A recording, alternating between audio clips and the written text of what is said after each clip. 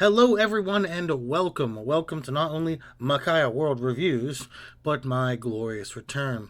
I know you out there on the information superhighway are asking, Tono, master of minds and of men, where were you? Well, I'll go over that briefly before I tell you what we are going to be getting into this Halloween month of course, October. I had a very serious infection and it lingered for months and has caused all manner of health issues. They're not all gone. I am healing slowly and trying to recover some of my life back that months of being out of commission has caused. And in fact, the issue had been there for years and years, and I had not really known why I was perpetually sick. Now, you may also notice all of my videos, except for the ones from 2022, are gone. Why? Well, they aren't deleted, just privated, as I felt they were awful, frankly, and most people seem to agree. I am still improving. I'm still working towards letting my voice and personality shine through, and I think I found my format not to be any more long-winded than I already am. So join me on my road to recovery as this month I'm going to be looking at the first 20, that is 2 and a 0, Simpsons Treehouse of Horror specials. Now, some of these I have seen, some I have not. I'm not going to be going over all the writers, directors, etc., as a lot of people worked on these shows, and as they are yearly, there's no real point in me bogging down this with that much information. But I'll go over the seasons, the name of the story, and what it's based on, since most of these are parodies. Also, at the end of this month, on Halloween itself, the 31st of October, I'm going to be ranking each of the stories for all 20 specials. I'll be doing the same thing for my Anti-Life Reviews show, but for Bart Simpson's Treehouse of Horror comics. Now, I know the Real Jims and other people have done this, and he's a great channel, and they're great channels, but I wanted to add my 2 cents. But that's quite a long opening for me, and I apologize for that. So hit subscribe, and let's go ahead and get into it. All right, for the first of 5 episodes we're going to be doing this week, we start with episode 1. This was in season 2. These are all going to be in October, around the end of the month, obviously. This one came out in 1990. For the opening, we get Marge advocating you do not watch it if you're too young, and we get no couch gag. The wraparound for this is Bart and Lisa telling scary stories in a treehouse. Appropriately enough, Homer listens in. Story 1, Bad Dream House, which is based on the Poltergeist and Amityville horror. The Simpsons move into a haunted house, obviously, and it hates them. It wants them to leave, causes some bodily harm, and tries to get them to kill themselves. They find an Indian burial ground in the basement, causing all of this. But after Marge is very firm, with Lisa putting her 2 cents in as well, the house destroys itself rather than living with the Simpsons. As a start, this was fairly underwhelming. It didn't add anything to the formula it was parodying, and really only had one joke that I even got a smile out of, that being they find an Indian burial ground in their basement, and Homer calls the realtor to complain about it, and the realtor says he mentioned it 4 or 5 times, though Maggie with a knife is always funny. I wish I had more to say for this opening stanza. It was pretty tame, a little bit tepid. Story 2, Hungry Are the Damned. Based on a Twilight Zone episode, To Serve Man. The Simpsons are taken in by what will be reoccurring aliens in this show, especially the Treehouse episodes, Kang and Kodos. Also with them is Sarek the Preparer, who I don't believe we'll see again. They say they are going to take them to Rigel 4 and show them pleasures beyond compare. They gorge them on food, give them TV and Pong to entertain them. Lisa is, of course, naturally suspicious, though I agree with her assessment here, as they are weighed and the Rigelians drool constantly and make continuous food puns. She eventually finds a book, How to Cook Humans, but because of some dust, it turns into How to Cook for Humans. More dust, How to Cook 40 Humans. And finally, the last of the dust comes off, and it's How to Cook for 40 Humans, which explains the portion size they have been given. The Rigelians are horrified that the Simpsons believed they were going to be eaten and drop them back at home with a scolding. This was a step up. The aliens, the food puns, some great art as well as some visual gags added to the horror. It starts with Homer overusing fluid on the grill, which is kind of a metaphor for the story, ruining the food. Sarek was James Earl Jones, who was brilliant here. Each one of them got a little bit of personality to stand out, the Simpsons, that is. Homer, the slob, but kind of abusive. Marge is passive but motherly. Bart was Bart, ripping on the aliens for just having Pong, and Lisa was her skeptical, inquisitive self. And I believe her here. They definitely were going to eat them, despite what the aliens say. Much better than the first, had a dark edge to it that I liked, and the art was brooding. Of course, the Twilight Zone gag landed for me quite well. Story 3, The Raven, based on the poem by Edgar Allan Poe. Like I said, this is a retelling of Edgar Allan Poe's The Raven. It's not a very long poem. I'd absolutely recommend it to everyone. I don't have much to add to the story here, only that Lou Reed also read this, so go ahead and listen to that version. That being said, once again, James Earl Jones being the narrator was well done here, and Bart as the Raven was pretty funny. Lenore being Marge and needing 2 picture frames for her hair was a nice touch. Beyond that, the art, once again, that grim with a little grit, the usage of movements, and there's a moment when Homer opens his chamber door, and the shot of the hallway is really haunting. Sadly, it's just a retelling, with little to add to that. Moving on to episode 2 from season 3 in 1991. Opening is Marge again telling us to be wary with no couch gag. The wraparound for this one is Simpsons' nightmares from eating too much candy. Story 1, The Monkey's Paw, based on the Monkey's Paw. The Simpsons are inexplicably in Morocco, where Homer gets the titular monkey's paw, which, as we know, grants wishes. Because in the Simpsons universe, everyone has 4 fingers, mostly. Maggie gets the first wish. A luxury sedan pulls up and gives her a new binky. My daughter would love that. Bart wishes for the Simpsons to be rich and famous. And with some foreshadowing to the near future, everyone is annoyed that the Simpsons are everywhere. Lisa wishes for world peace, which brings out her old friends Kang and Kodos back to take over the Earth. To resolve things, Homer wishes for a sandwich. He then chucks the monkey's paw. Flanders gets it and saves the day. The sandwich Homer gets is a turkey on rye. That is a disappointing sandwich for a wish. I don't know, corned beef, something better than some dry turkey on rye? Give me some sourdough. After Bart's wish, we see the Simpsons selling calypso music and Bart making sure you get your mammogram. These are not far off from where the Simpsons would be within a few short years. This story didn't really land for me, despite Kang's bored with a nail speech.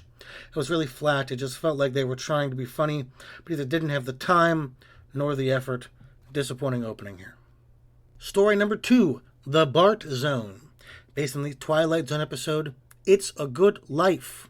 If you aren't familiar with the Twilight Zone episode, it's about a boy with magic powers who everyone is afraid of. Perfect for Bart to slip into this role. He terrorized the town, doing things like turning Jasper into a dog and keeping everyone on edge. But really it's about his relationship with Homer, who he turns into a jack-in-the-box. After some psychiatric help, they bond and form a loving relationship, much to Bart's horror as he wakes up. Probably one of my least favorite episodes of The Twilight Zone, despite Billy Mooney doing a good job. And it fares no better here for me. Jasper being a dog, the Moe prank call, both notwithstanding, it was slightly yawn-inducing. I feel like I am being overly critical of this episode, but it's how I feel. I'll probably get some grief over people loving this one and the Twilight Zone episode, but there are many, many better episodes of that series, and I stand by that statement. Story 3, If I Only Had a Brain, based on Frankenstein and the Thing with Two Heads. We get to see Mr. Burns for the first time in Treehouse, which is nice. He fires Homer for being lazy and reveals he has created a robot, but needs a human brain to run it for some inexplicable reason. Homer gets a job as a grave digger and, of course, falls asleep in a grave, which makes Burns and Smithers drag him away and use his brain in the robot. But it proves to be as lazy and stupid as he is, obviously, which makes Mr. Burns put Homer's brain back in his body. But the robot falls on Burns, crushing him, and to save him, Smithers attaches Burns' head to Homer's body, so Homer now has 2 heads. I'm struck almost instantly by the convoluted nature of the story. Why fire Homer, only for him to get a job at a graveyard and then use his body? Why not say, hey, I want to fire you unless you let me use your brain? These are characters that interact regularly, and they interact at the beginning of the episode. Why go all this way to pad the episode when it would make more sense to do it in the way I described? It feels rushed with the robot parts because of it, like the tension is all gone because the setup took so long. Honestly, thankfully, I'm done with this episode. Episode 3 from Season 4 in 1992. We get a couch gag. Homer is Hitchcock from Alfred Hitchcock Presents. And the couch, they're just generic skeletons. The wraparound is a Halloween party where everyone's telling scary stories. We get some great costumes. Bart is Alex from A Clockwork Orange is a standout. Story 1, Clown Without Pity. Really based on any evil doll story. It's Bart's birthday, and naturally Homer forgot a present. So he runs to a Gremlins-style Asian shop to get a doll. A Krusty doll. And he's told it's evil. But he's also told about the Frogurt they sell. Of course, Bart loves the doll, and it terrorizes Homer. He tries as he might to get rid of it, including a bottomless hole. But it doesn't work. In the end, they call a helpline, who turns the doll's switch from evil to good. And Homer makes it his slave, essentially. This is the first classic Treehouse story, starting out with the Frogurt conversation that is one of the highlights of anything ever, to naked Homer running past Patty and Selma, to the doll is trying to kill me and the toaster's been laughing at me, to the evil good switch. It blends that classic doll horror we've seen, tons, with the signature Simpsons humor. It works on all levels. I love that it didn't pigeonhole itself to one reference for this as well. Story 2, King Homer, based on King Kong. This is essentially the 1933 King Kong, but with the Simpsons added into it. Seeing the original, you get the idea, but you can really tell they put effort into not making this a bland parody. They've done a few movie homages thus far, and this is the first one I really thought worked. The black and white, the title card, the jokes moving along with an already established plot, but we get some doozies, especially from Smithers. Women and semen don't mix. Wow. Lenny getting eaten after getting shot by Carl is great. King Homer not being able to climb very far and falling like 20 feet off the Empire State Building. And the whole marriage thing between Homer and Marge at the end is funny. And we get an Al Jolson joke, which I guess I always appreciate. It's hardly the funniest or the best movie parody, but it was just through and through a solid story that I enjoyed. Story 3, Dial Z for Zombie. Really, any zombie movie.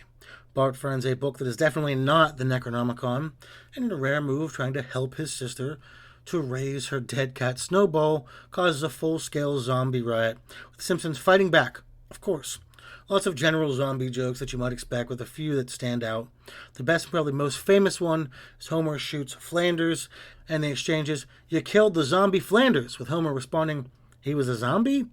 Barney eating an arm because, when in Rome, Homer killing some historical figures is also nice. I do have one question. Bart had the book and used the book. Why didn't he have it later? He returned the book? That seems strange. But a convenient plot device. I mean, he knows he raised the dead. So he took the time to return the book after he knows he raised the dead? Whatever. It's easily the weakest of the episode. I was never huge into zombie genre myself. I like some cheesy Italian zombie movies every now and again. But yeah, it was what it was.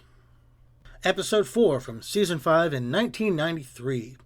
The couch gag is some zombies. The wraparound is Night Gallery by Rod Serling. Probably my favorite wraparound of all time. I love Night Gallery very much. Story 1, The Devil and Homer Simpson. Based on The Devil and Daniel Webster. Homer loves donuts. That's fact. But there are none at work, so he sells his soul to the devil. He, of course, ends up eating it all, despite figuring out that's the trick to get the devil off of his back. He is tortured in a variety of ways before we get the trial for who truly owns his soul. After some shenanigans, it's proven he pledged his soul to Marge before the devil. So Homer goes free, except the devil turns Homer's head into a donut. First off, we get the devil Flanders here, who was not used enough in Treehouse episodes, or at all, really. He should be the standard devil from henceforth. The torture sequence is incredible. Homer gets cut apart. He is force-fed donuts for hours, days, etc. He doesn't care, breaking the demon's spirit in the process. It was a level of violence we really didn't get outside of an Itchy and Scratchy cartoon, and showed they were not really afraid to push that gore boundary. Of course, they would continue with that in excess in future episodes. I remember it was a little shocking watching this when I was a little kid, how mutilated Homer was, but it was also very funny. I was an interesting kid, I guess. The trial had some great heights. Lionel Hutz, who I love, I miss Phil Hartman a lot, and I think about him quite a bit. Richard Nixon, Blackbeard, all great. We get a line about Blackbeard being unable to read, and he says his debauchery was his way of compensating. Just brilliant. In the next few episodes, you're going to hear that a lot. Brilliant. This is the start of real money here. Story number 2, Terror at 5.5 feet. Based in the Twilight Zone, Nightmare at 20,000 feet. As a caveat, I'd like to say this story is far more related to the Twilight Zone movie story and not the original episode. More Lithgow, less Shatner. Which, that's usually a smart way to go. So you folks probably know the gimmick here. There's a gremlin on the side of Bart's school bus trying to wreck it and kill everyone. But with auto driving, no one really seems to notice and thinks Bart is crazy time banana pants. Skinner is also on the bus because his mother hid his car keys because he was talking to a woman, and Willie because he had to murder his mule. So between Bart being teased by the kids for seemingly being crazy and the gremlin, things become very tense. Ends with the bus in ruins, and Bart is taken away to the crazy house with the gremlin taunting Bart with the head of a dead Ned Flanders. This is pretty much what we are starting to expect with the parodies, the stories. They use the framework of the original and let the comedy move the plot forward. We got a lot of secondary character interactions in this, which is great. Skinner, Otto, Willie, Uter, Jimbo, and even poor Hans Moleman, who got murdered here. One of the many times this will happen, not just in Treehouse episodes. I think actually it happens more in the regular show than it does in the Treehouse episodes. This was incredibly solid, entertaining, and well-paced. Though I think the dream sequence at the beginning was kind of unnecessary. I get why it was used to add some tension to Bart being on edge, but it really felt like padding for this story. Story 3, Bart Simpson's Dracula. This is really based more on Bram Stoker's Dracula, the movie, than anything else. Mr. Burns is a vampire and invites Homer out to his home in Pennsylvania. Due to Bart being Bart, he ends up being turned into a vampire and begins to turn other kids into vampires. Lisa, Homer, and Marge go to kill Monty Burns, thinking he is the head vampire, but it turns out Marge is the head vampire, which doesn't make a ton of sense, but whatever. And they do a Charlie Brown Christmas ending. This is one of the weakest of this episode. It was the weakest of this episode. It starts out as a vague parody of the Francis Ford Coppola movie. After about 2-3 jokes from that, it becomes a general vampire thing. We get a Salem's Lot reference and Bart outside the window. I don't know, it was all over the place and lost steam pretty quickly. The only really solid joke was Homer staking Burns in the groin instead of the heart. Besides, it was kind of just there, mildly entertaining, but not much to it. I did like the design of the zombie minions, and I kind of liked Marge being the head vampire, though that ultimately led nowhere. Episode 5 from Season 6 in 1994, we get a 200 miles to Oregon joke, then an Outer Limits opening. The couch gag is Frankenstein's monster, Simpsons, pretty cool, and we lose the wraparounds here, for good, which is a shame. Story 1, The Shining, obviously based on the Shining movie. This is, well, a Shining parody, but they don't want to get sued, as Willie tells Bart. I am sure most of you have seen The Shining, the movie, the miniseries, something. Family goes to take care of a hotel. Dad goes crazy. There's an axe involved. I know there's not in the book. But this is probably the most clever movie parody they've done thus far, really layering every part of the film with that Simpsons magic they had at the moment. From all work and no play make Jack a dull boy to feeling fine. The blood getting off the elevator at the wrong floor, etc. We also get a cavalcade of famous movie monsters showing up briefly to pull Homer out of the food pantry. In the end, Homer's murderous rage is satiated thanks to a miniature TV. That is until the Tony Awards come on. Willie is killed in this one for the first time by an axe wielded by Homer. Story 2, Time and Punishment, based on A Sound of Thunder. Okay, full stop. This is my favorite Halloween story, but I'm going to be keeping an open mind. I've had my opinion change just in this video a few times, so I have a long haul to go. So that's not a spoiler for any rankings. I just think it'll be a monumental feat to top this one. This is up there with Steamed Hams. It's one of the best pieces of Simpsons media ever. Homer fixes the toaster, which he broke as it got stuck on his hand, and now he can travel through time. Keeps going back to what is seemingly a vague Jurassic period and causes things to change for him, such as Flanders becoming undisputed ruler of the world, including Moe getting a lobotomy. Everyone is a giant except for Homer. The family is rich. Patty and Selma are dead, but there are no donuts. Or are there? And finally, he settles on a reality as close to his as can be, but everyone has snake tongues. Willie is killed by Maggie in this one, with an axe, of course, and she sounds like James Earl Jones. Homer makes a joke to Mr. Peabody and Sherman, who are in this episode. I'm the first non-Brazilian to travel backwards through time. What the hell does this joke mean? I've seen some debate that it's about Santos Dumont, but I don't track that logic. I've heard that it was rewritten. It doesn't make any sense. Does anyone have any idea what this joke is supposed to mean? Please let me know your theories down below. This has it all. Funny, clever, silly, stupid, gory. Mwah. Story 3, the last story of this week, Nightmare Cafeteria, which is vaguely a Soylent Green parody, very vaguely. Teachers at Springfield Elementary have a discipline problem. How do they handle it? Well, they turn to cannibalism, of course, like we all do in our time of need. And with dishes like a sloppy Jimbo or Uderbraten, who wouldn't? Student population dwindles away as the teachers grow fat and sassy. And with no one to help, it's down to Bart, Lisa, and Milhouse. Of course, Milhouse is promptly killed in a giant blender. But in the end, Bart wakes up, cue gas, turns people inside out, which turns the Simpsons inside out, and we get a dance number. A well-told story here. We get a slow evolution, as slow as can be in 5 to 7 minutes, of Principal Skinner from thinking it's a good idea to killing kids, to making puns about eating the kids, to outright jokes telling Bart he's going to eat his shorts. He's the highlight here. That straight man succumbing to his obsession just landed. Marge refusing to help, telling the kids to just tell them, "Don't eat me," is good. We get some nice gore here in the end with the industrial blender. Milhouse being killed is satisfying, of course, as it always is. Martin locked in a cage is funny and horrifying. And of course, Willie is killed with an axe by Principal Skinner.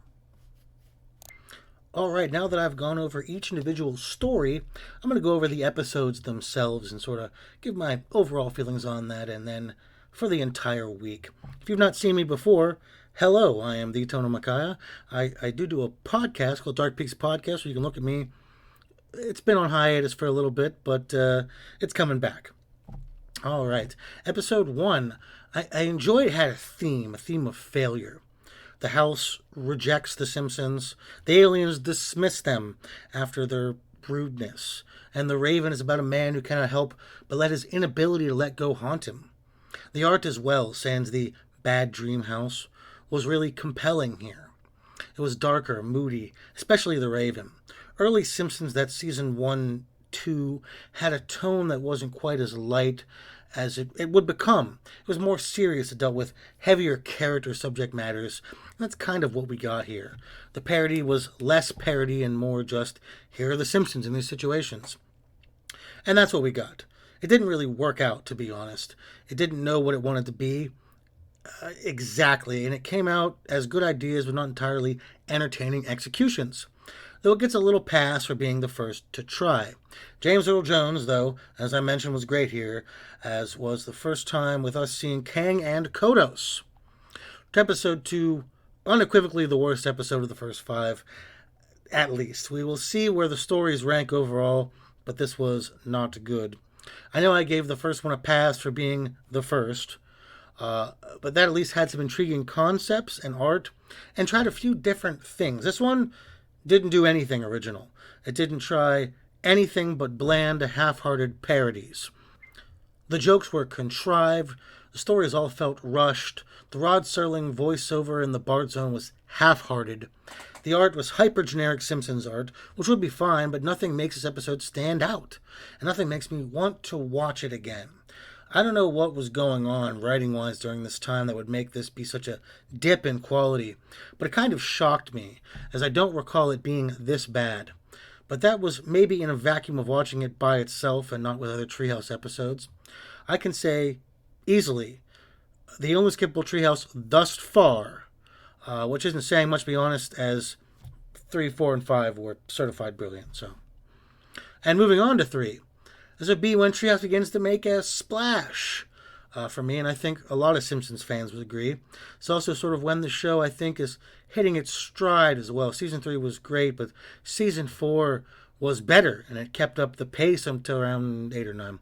So the first episode where the jokes felt organic. They felt natural to the story, where they flowed into every piece of it. Obviously, Clown Without Pity is a standout here, but King Homer and Dao Z were both perfectly serviceable and funny in their own right. All three had jokes I recall from them, that I've quoted, that I think are some classic Simpsons lines. So yeah, this was the start of something magical, and even within these 5, they would only continue to get better, perhaps reaching their peak here. 4, episode 4, where 3 started, 4 expanded, not just good, but into great territory. It's definitely a toss-up for me, which was the best episode in the first 5. Was it 4 or 5? And honestly, I think those 2 are some of the best I've ever seen. I'm keeping an open mind, like I've said, as I've not seen probably 10 of these. And, I don't recall some of them as well. Curious where these 2, their stories will ultimately fall on the rankings list, but yeah. Started with a bang. Devil and Homer Simpson was violent, funny, and had a heartwarming moment. I didn't touch on when I talked about it, with Homer having pledged the only thing he had to Marge, and that was his soul. It was exceptionally well written. Terror at 5.5 Feet is a great parody. I've said I love The Twilight Zone, and this is one of the classics, and Bart plays that part of a man possessed to a T. And it's not entirely out of character for him, especially with no one believing him. We can harken back to the Timmy O'Toole days with that one. Dracula is the lone weak spot. It fizzles rather quickly before your eyes, turns kind of into mush. But it doesn't hurt the episode. It's not bad. It's just there. And you can kind of kill 5 minutes chuckling at it. I'd like to see Bart's Shemp impression, however, which we sorely didn't get enough of. And episode 5, going to be hard to top this one, really. This is, for me, at the moment, the height of Simpsons Treehouse. Every single story was funny, had a horror edge to it, and worked. It flowed naturally. The ending to Nightmare Cafeteria could really put a dampen on it.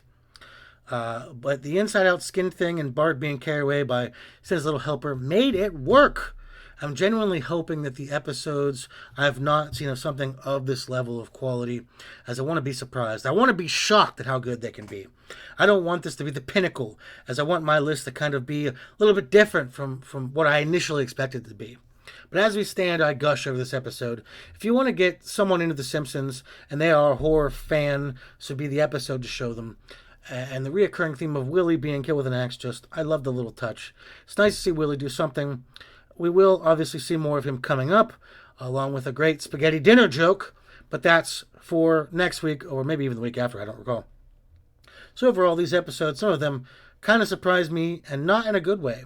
I've seen all of these ones multiple times over the years, but it's been some time. Surprised at how much I did like the first episode, and how much I didn't like the second episode. 3, 4, and 5, I kind of knew. I've probably seen those 3 more than any others. So I wasn't too surprised with the leap forward in quality within a year or 2. And I guess I didn't realize how good it got so quickly. But I think I've said enough about these, and I really enjoyed talking about them with you. I really hope you come back next week for episodes 6 through 10 of the Simpsons Treehouse of Horror, because those are going to be a blast. And don't forget, on this same channel, my other review, Anti-Life Reviews, I'm doing Bart Simpson's Treehouse of Horror comic books, the first 20 comic books.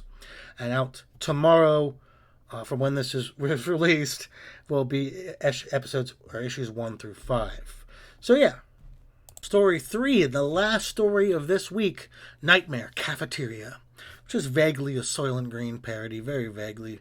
Teachers at Springfield Elementary have a discipline problem. How do they handle it? Well, they turn to cannibalism, of course, like we all do in our time of need. And with dishes like a sloppy Jimbo or Uderbraten, who wouldn't? Student population dwindles away as the teachers grow fat and sassy. And with no one to help, it's down to Bart, Lisa, and Milhouse. Of course, Milhouse is promptly killed in a giant blender. But in the end, Bart wakes up. Cue gas, turns people inside out, which turns the Simpsons inside out. And we get a dance number. A well-told story here. We get a slow evolution, as slow as can be in 5 to 7 minutes, of Principal Skinner, from thinking it's a good idea to killing kids, to making puns about eating the kids, to outright jokes telling Bart he's going to eat his shorts. He's the highlight here. That straight man succumbing to his obsession just landed. Marge refusing to help, telling the kids to just tell them, "Don't eat me," is good. We get some nice gore here in the end with the industrial blender. Milhouse being killed is satisfying, of course, as it always is. Martin locked in a cage is funny and horrifying. And of course, Willie is killed with an axe by Principal Skinner. Thank you everyone so much for being here. I am still curious about that Brazilian joke, so lay your ideas down below. So don't forget to subscribe, check out some other of my videos, add me on Instagram under Demon Peaks for daily Twin Peaks memes, and be here next week. You don't want to miss this. So don't forget to be safe, have a great Halloween, and give out full-size candy bar to kids, you cheap pieces of shit. This has been the Tony Makai, Master of Minds and Men, and goodbye.